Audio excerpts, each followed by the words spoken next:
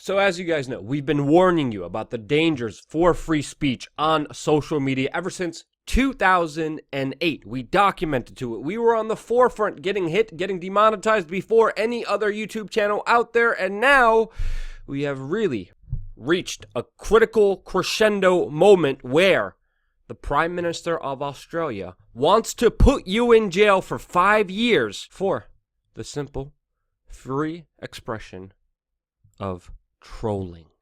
Yes, they are going after trolling next. By the way, just to remind everyone, when the major Facebook purge happened, our page was also hit. We don't know if we're going to get it back or not, but since the major purge, we have not been able to publish, and we have hit a lot of heavy, hard times, especially financially, being restricted, not only with just pure censorship, but of course with also limiting our reach, which has been happening for a number of years now. So if you can, I implore you, if you enjoyed the work that we do and want it to continue, please go to wearechange.org/donate and consider donating $5 a month to keep us free and independent and still up and running. Now, I believe what is happening in Australia are emboldened actions by, of course, the recent events that unfolded here in the United States with Facebook recently banning a bunch of people for their political speech. Individuals that, of course, the mainstream media who were in competition with these individuals were, of course, calling to be banned for years. Individuals like Oliver Darcy, a CNN contributor and the face for the call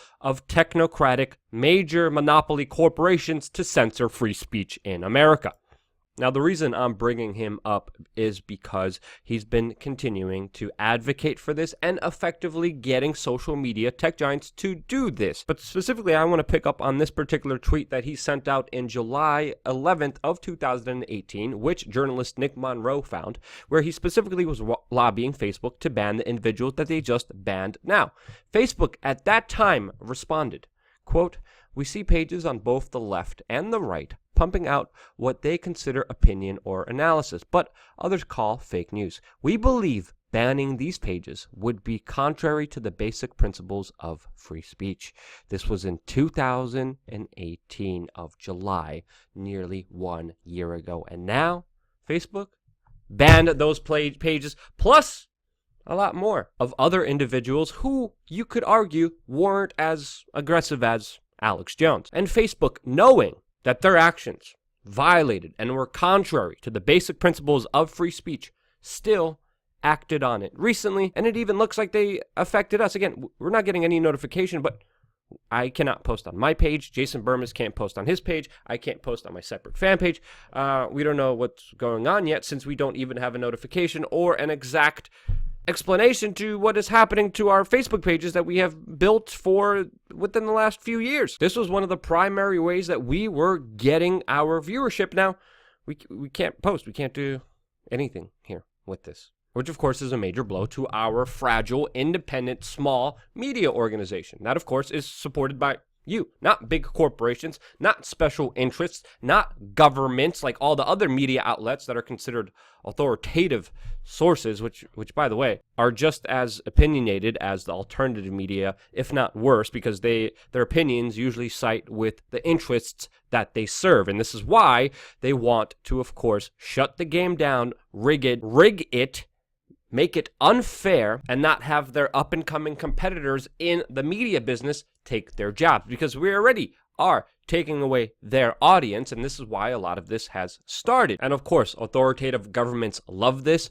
want this, and see this as an excellent opportunity to gain more power. And of course, it sets a very dangerous precedent where, of course, Australia is now pushing for jail because of online trolling. And it's hard for me to say this, but even though Donald Trump sent out some tweets and retweets, honestly, I don't see him absolutely doing anything about this, since these goals, of course, serve the never-ending, insecure goals of government. Since, of course, they work with government, continue to participate with government, including the track, trace, and database systems that they have on you, getting all the information on you. Since, of course, they also have tax incentives and have a very effective lobby in Washington, D.C. And since, even CBS News said social media is a tool of the CIA, this is one of the reasons, sadly, why I don't see Donald Trump, even though figuratively standing up for this issue, absolutely, at the end of the day, sadly, not doing anything about it. And people need to realize this is what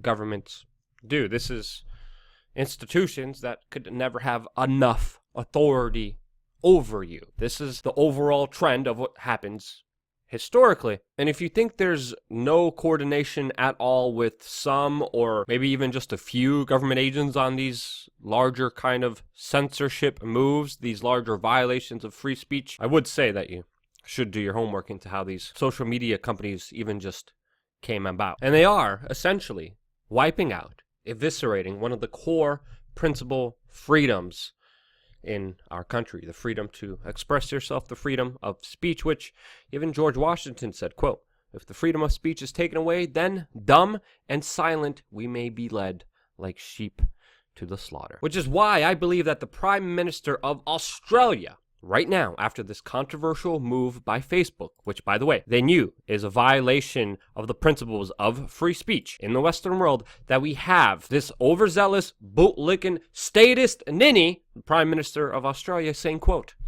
"As a dad, I know firsthand how anxious parents feel about what their kids see and do online, and the dangers the internet can bring. Online trolls have no place in Australia, and I promise to bring in new laws to protect our kids and keep our communities safe." And of course, he's using the, oh my God, think about the children, perfect problem reaction Hegelian dialectic in order to usurp your rights, which again, it has nothing to do with kids, and has everything to do with someone thinking that they have authority over you to determine what you can and cannot even listen to. Free speech violations are a two-part violation. They're a violation against the person speaking and the person hearing. And of course, the comments are being very accurate here under, of course, this tweet that this Prime Minister sent out just yesterday with one person saying, "Please protect me, Scotty. I saw a meme and it was totally not cool." And if you think this is not the future that Silicon Valley wants, you're absolutely kidding yourself. This Prime Minister, this head of state is literally pledging 5 years in jail for trolling someone online. The article reads, "Facebook trolls will be jailed for up to 5 years, and social media giants forced to reveal the extent of customer dissatisfaction under sweeping changes promised by the coalition if re-elected." My goodness, golly gracious, I pray Australians come to their senses and for the basic core principles of humanity and do not re-elect this disingenuous political monster. People are even saying, quote, "Are you trying to lose this election?" Another person writes, "Apparently, this man is tone deaf when it comes to censorship. Australia has already lost access to a significant piece of the internet since, of course, the massacre that happened in New Zealand." And yes, people are right. And other terrifying acts are happening in New Zealand where people are literally denied bail. A teenager, someone just 18 years old, has recently been denied bail, while another person pled guilty and now is facing 14 years. 14 years! And what was their crime? This 18-year-old teenager and this man, what did they do? They shared a video online. And now they're going to be in jail for the horrible crime of sharing a video. Again, the language here is very vague. The Prime Minister is promising that trolls, quote, "have no place in Australia," and that people caught abusing or harassing people online will go to jail and will be locked up. But what do you consider abuse? What do you consider harassment? Sometimes people don't like hearing facts, and big social media acts on it and deletes them because they deem it, quote, abusive, even though there's actual statistics by government organizations that are quoted that just some people don't like. And that already is an excuse that big social tech giants are seeing as, quote, abuse in the Western world. Already in Australia, you could face 3 years in jail if you harass or, quote, cause offense. But now they want even a stricter penalty, and that, of course, to include now, quote, abuse, which, of course, will be defined by whoever, whatever individual decides that your speech is not welcome and now jailable. And of course, this also encroaches on the private sector, as quote here, "The coalition also wants the companies behind popular online video games such as Fortnite to keep young gamers safe by ensuring the most restrictive privacy and safety settings are the default options." My goodness gracious, when signing up. Now communicating with one another is the big problem here. And people need to understand here, it was always communicating with one another. If we look at the start of the internet, the start of things like Google Video, and the start of YouTube. They were decentralized platforms where the most viewed videos would be shown to you. And obviously, things like Loose Change and the Obama Deception and other movies made it up to the forefront of that. We took advantage of that ourselves, and we were releasing content that was #1 in news and politics. Many times we beat the algorithm because there wasn't algorithm. It was people communicating with each other, and the most popular thing was actually seen. Nothing was curated. And that, of course, scared the crap out of the establishment, where they started finagling, playing around, creating algorithms, creating things to, of course, force things down your throat, to recommend to you, to show you, hey, here's Anderson Cooper, here's Anderson Cooper, watch Anderson Cooper. People still said, no, I want to watch what the alternative media is saying. I want to watch what the anti-establishment people are saying. I want to watch what other people have to say. And then they knew that they couldn't even beat us with an unfair system. So, of course, this step is deletion. Then the next step, of course, with this bigger power grab is, oh, we don't like what you said, you're going to go to jail. And this is the slippery slope that is already here and already demonstrated by the Prime Minister of Australia with this delusion of grandeur, idiotic nonsense, thinking that he has the power to put people in jail for, quote, trolling. Again, look what they're talking about here. It is estimated that 200,000 young Australians experience bullying during multiple online games each year, which could be cut down if security settings were. What are you talking about? You're talking about restricting the access of people communicating with each other as a part of a team. I game online. I game with a lot of random people. We get a lot of interesting conversations. Some people are, a little bit out there. Some people say things for attention.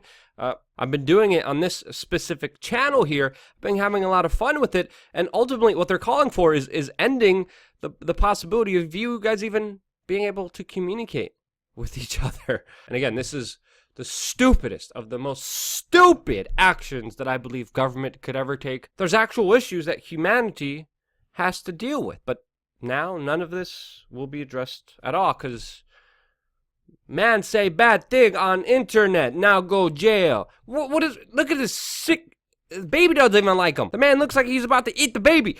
This is the Prime Minister. Again, I could probably be sent to jail. If this man had his way, what the comments that I just said, which were facetious, which were, again, comedic, which were most likely are going to be taken out of context, and could be, and reread in a court of law, would send me to jail if this man had his way. Because as we know, this act would get abused and only protect the powerful, because that's what these laws have done and historically have been doing. And this is not about keeping, quote, Australia safe. Again, this is what he's saying. I'm going to keep Australia safe. This man is absolutely mentally deranged, and he's probably going to eat that baby. So I can't help myself. I know. I already know. Free speech is like already being limited. It's already ending. I might as well just get out all my trolling and facetious comments now. So hopefully, when the purge comes, yeah, we're in trouble. Again, and I think we should have a right to express ourselves, no matter how silly or ridiculous, because that's the core fundamentals of our freedom. And just like Voltaire said, I do not agree with what you have to say, but I will defend it to the death, your right to say it. And if you agree with that, you're on the right channel. And I want to thank you for lasting this long, helping us, and being a part of independent media with your clicks, with your shares, with your dollars, voting with those individual things. It means the world to us. And again, your support is more crucial than ever. During the time of universal deceit, telling the truth is a revolutionary act, and that's what Orwell said. And that's why governments want to send you to jail for even speaking. Thank you again so much for watching. Stay tuned for more, as long as we're still here somehow. Sign up on our mailing list too, by the way, on wearechange.org on the main website, right-hand top corner, right here. Put it in there. Come on. You need to do this. We send out, we're very incompetent. It's only me and Jason. We barely send out one email a week just telling you what's going on. Sign up on here. So just in case we get fully deleted, we could still have some kind of voice. And because we still do, I love you guys. Thank you again so much for watching. Stay tuned for more here on newsforchange.com.